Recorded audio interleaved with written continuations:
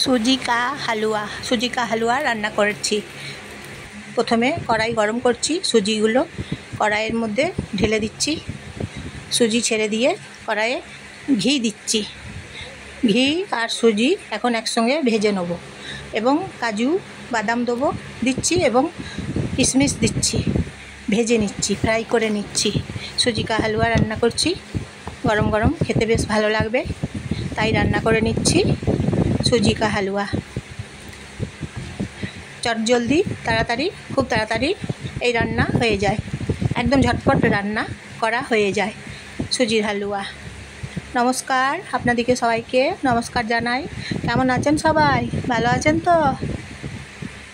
আজকে আবার গরম করছে, ঘি দিচ্ছি সুজিতে, ঘি দিয়ে সুজি দিয়ে একসঙ্গে ভালো করে ফ্রাই করে নিচ্ছি। চিনি দিয়ে দিয়েছি, তারপর সুজি ভালো করে ভেজে নিচ্ছি গা ঘি দিয়ে। সুজির হালুয়া রান্না করছি।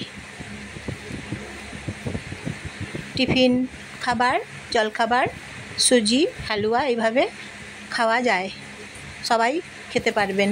জল দিচ্ছি, তারপর রান্না করে নিচ্ছি এখন সুজির হালুয়া।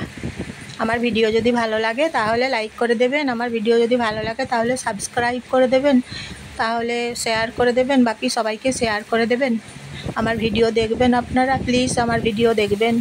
রান্না রেসিপি, আমার রান্না কেমন হচ্ছে জানাবেন। সুজির হালুয়া রান্না করে নিচ্ছি, টিফিন খাবার সবাই খেতে পারবে। খুব তাড়াতাড়ি এই রান্না করে ফেলছি।